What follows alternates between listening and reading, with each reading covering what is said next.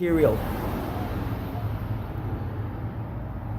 And so never take for granted what it is to have an intimate relationship of yourself, or an imminent circumstance at your greater control. Confidential, but then be careful of perpetration, exploitation, and distribution. Basically being caught in the 7 stolen copyright distributions of the modern era, replacing the 7 ancient wonders, natural wonders of the world. The modern day 7 unnatural stolen copyright distribution materials and evidences to the modern day 21st century. Doing everything they can to claw back and turn over their 20th century industrial material, which would be no different than sabotaging the forefront. Born into a world with nothing means like you're just percolating it up, or just you're infatuated in areas that just want to bring down human enterprise. Animal activism is one major area. Got to get rid of the animals. You want to clean up your house, get rid of the animals, right? But of course, you are people that will not let it go, because they spend their whole life accumulating and going after something that simply isn't theirs. Nothing in this world is of our own, anything. And it all starts with people. People, power, percentage, prejudice, predicament, penalty, productivity, and then purge. And with a further extension to that of purchase. Once you go through all that, succession as a series of getting your priorities right, your judgments, priorities into gear, basically, then you understand what the meaning of rape is, and that it's the oldest crime in the world, and where these sectarian, or where these sects, or these hidden, mysterious allegations and accusations towards individuals happen when they put them in the spotlight and have people follow their digital fingertips. So that you follow their digital fingertips like you're surfing a glass glacier, or a track like a wound in which they want you to lick and keep that wound positioned. The wound. Think about the tale of Jesus, where he says, the everlasting wound supply, that redeeming love has been my theme and shall be till I die. That we serve a God of mercy. Mercy triumphs over judgment, but you better have judgment at the very top, even if people are innocent. Because you've got to have a sound judgment, a pure, sound impartation in which to even impartate for our children, and not just accept that children can do this. The same way Christianity, or even the Byzantine era of the same era, would highlight that Christianity is a children's world. That's what Christianity means, basically, in a nutshell.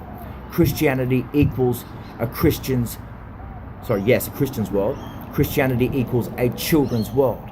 We are all a child of someone, past or present, even to be those adults where we say, thou shalt not commit adultery.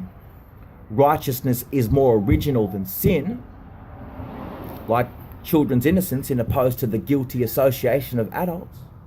They don't want to make some contextualized effort to have to be forced to get around it, whilst their natural incline says righteousness more original than sin. Imagination is more important than knowledge. Why would it be so?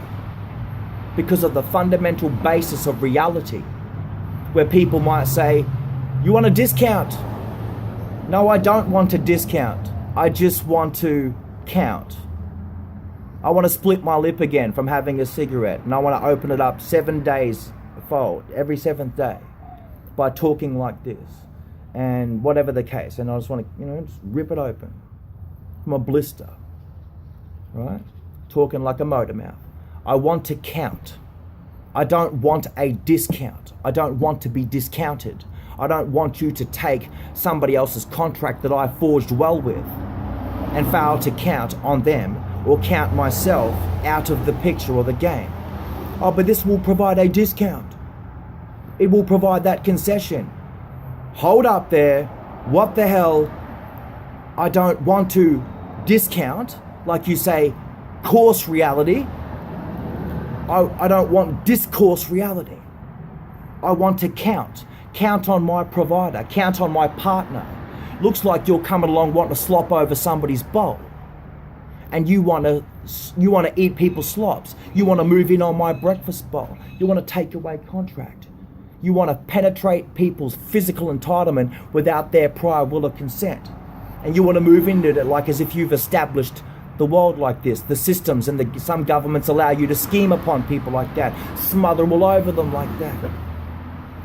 You met your match sometimes, but of course this isn't the case until it does come, and when it comes, you believe anything you want. But at the end of the day, the second Christ will be suffering just as much, if not greater, than Jesus in a psychological era where Jesus was the representation, or let's say spirit of man. He represented all the fullness of God, the intercessor, whereas the second coming is the Holy Spirit of God. Haven't been received it. You got the archaeology, you got the times, the world of the anti-world. You need antiperspirant like you need antifreeze, like you need anti-poison, like you need disinfectant.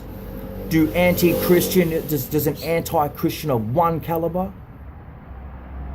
mean to say to sort of have to, take upon the current establishment, the current congressional world we live in, hit it head on, that you can't stop it regardless of what happens to him? Nothing's going to stop the scheduled event of the second coming of Jesus Christ? You have to believe and say yes. Like parody, like par before birdie and eagle and albatross, and to name your own. If you ever hit a hole-in-one and a par 5, we should call that pterodactyl. Until then, if you don't know, you wonder why you don't know. It's a mystery to people if you don't know, because people might as well be sabotaging them and raping them and killing them in private like a possessive. Right? So therefore that would speak for itself for 10,000 years. You think God's a mystery because you mightn't have known it. But Jesus created and provided a hell of a lot of what we see today. Without him, we wouldn't even have a timeline. Thank you, Jesus. He provided the timeline. Without him, we know it. He reached Caesar. He was forced to reach Caesar, and Caesar believed him. Caesar didn't not believe him. You can't say you don't believe in Jesus but yet you say you believe in Caesar. History books say Jesus, greatest person of all time. You have to imagine what it's like in that scale of time. You have to imagine that regardless of what happens to him and you and any of us, nothing's going to stop this. I perfectly believe it. Belief is stronger than faith. Life itself is stronger than love. Tolerance might provide a platform in which to sort of tolerate all of it, but I can assure you all this, is that nothing is of a secondary motion. Nothing is of a secular contact. It's all within you.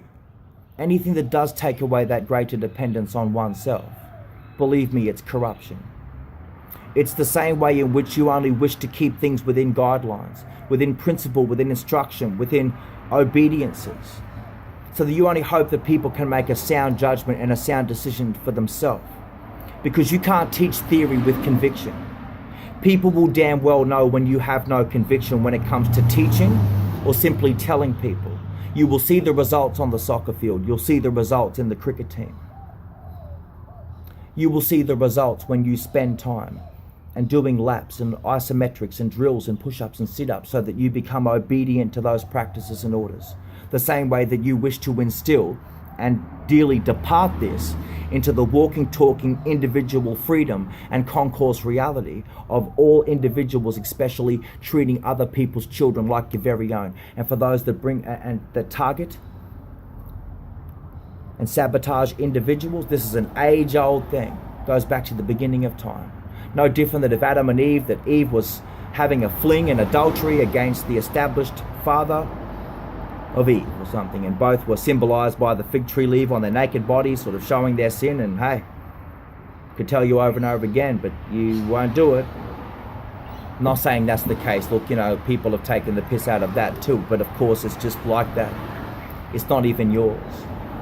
How dare you sort of go against it and say you don't believe when you were told. You don't pick an unmature tree, like an unmature cannabis plant. Don't pick it while it's immature.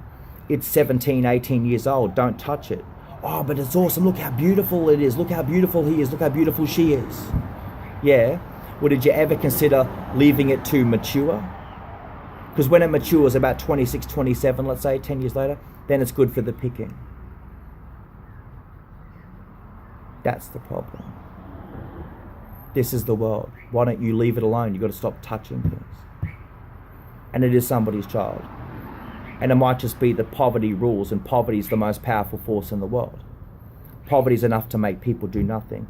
Either laze around and do nothing and want to have sex because there's nothing really you've got.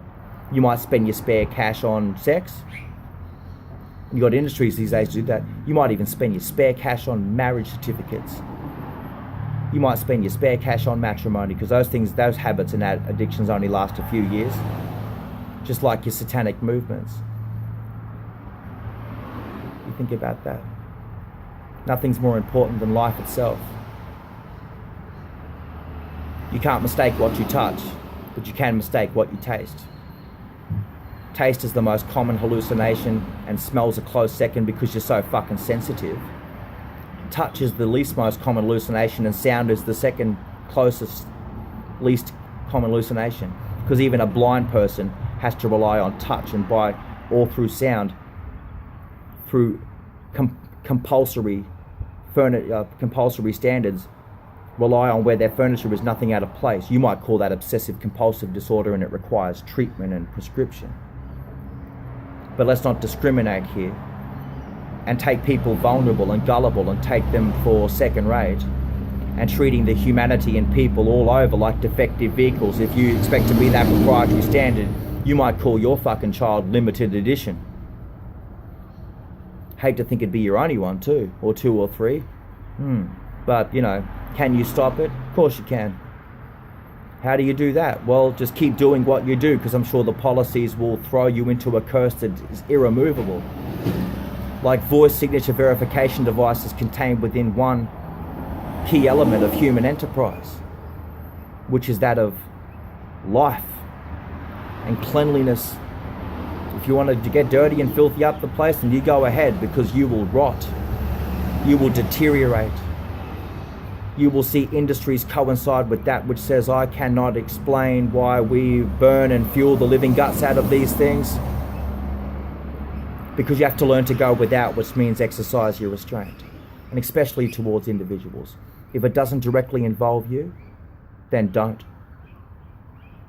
You will see the day when these digital rapists, through digital social media and digital documentation, have their ass served to them on a plate like the greatest awakening you have never seen ever in your life. Let's say the greatest conjuring that you've never seen in your life. Like it was all purely designed that way. You have to believe it, but adhere to that judgmental, periodic person when he has come, convicting the world of sin, righteousness, and of judgment.